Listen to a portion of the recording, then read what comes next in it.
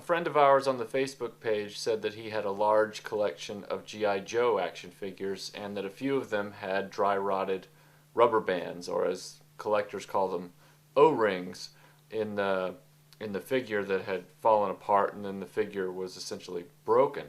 And I told him that there was a quick way to fix that and restore your G.I. Joe figures very easily, and he asked me for some assistance. So I'm putting together this very informal video to show everybody who's curious how that works. G.I. Joe! G.I. Joe! I'm going to start with a victim. The one I chose was a Crimson Guard because it seems like his rubber band is about to go, and we'll replace it here on camera. Now, because of the size of these figures, it's hard for the camera to get in there and see, so I'm going to supplement some of this video with still photographs while I talk so that you can see the best way to do this. But first, let me outline the tools that you're going to need, and we'll go from there. Obviously, you need the culprit that you're looking to restore, and you'll need a small screwdriver, a very small screwdriver, because the screw hole, and I'll supplement this with some close-up photographs, the screw hole in the back of the figure is very small. So you're going to want a tiny size screwdriver to go in there, and you'll also want O-rings. Now these I acquired through smalljoes.com. They are accurate to the O-rings that were used in the backs of the G.I. Joes, and this is what we're going to use. And also a pair of pliers or a pair of scissors will do in a pinch. Okay, so now that we have the figure in close-up, what we're going to do next, now that I've removed the screw, which you can see right here, we're going to disassemble the figure. Now the best way to do this is to get your fingernail, I'm covering up with my hand, you get your fingernail between his, the halves of his torso at his shoulder, and then if you just gently pull, making sure to keep your fingers away from any insignias that you want to preserve, because sometimes those cobras have those pesky insignias on them, then you will pull the figure apart, and you'll notice he kind of comes exploding out in a myriad of pieces. Now at this point what we're going to do is gently, and I emphasize gently, work the waist piece away from the hook that holds the legs together. And at this point you'll see that the old O-ring has fallen away and it's pretty stretched. So now what we have to do is we have to prepare the figure for the new O-ring, which I have right here. As I mentioned previously, you want to pre-stretch this O-ring so that it doesn't damage the figure when you put all the pieces back together, because now what was a loose figure in the waist is going to become a very tight figure in the waist and torso. So we want to mitigate that by pre-stretching this O-ring so we don't put too much tension on a 30-year-old figure and damage him.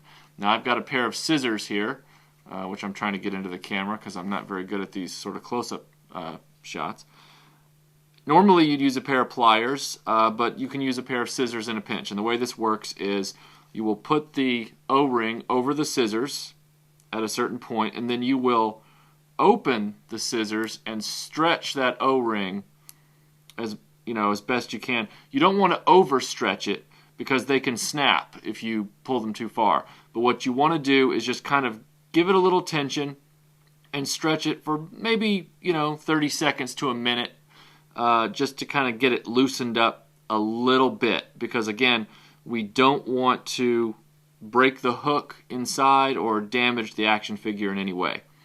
So I think this is pretty good. I'm going to hold that for a few more seconds. And now what I'm going to do is start the process of putting this back together. Now, it's not going to be as easy as it was taking it apart because you have a brand new ring. So we take the legs first and we hook, and this can be difficult because you have a new O-ring.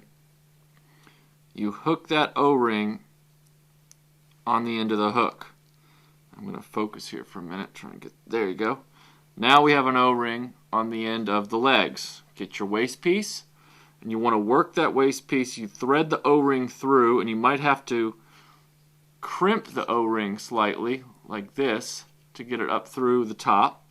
Grab it with your other fingers, and then now you've got it by the other end. You can gently, see, my O-ring came off. Alright, so let's try again.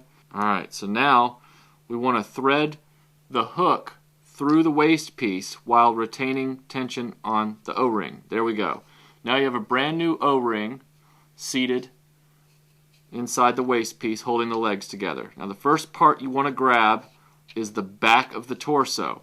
The back of the torso, if I can show you this, it has the post, the main post that we're going to have this O-ring wrap around. So watch, I take this O-ring and I hook it over that post,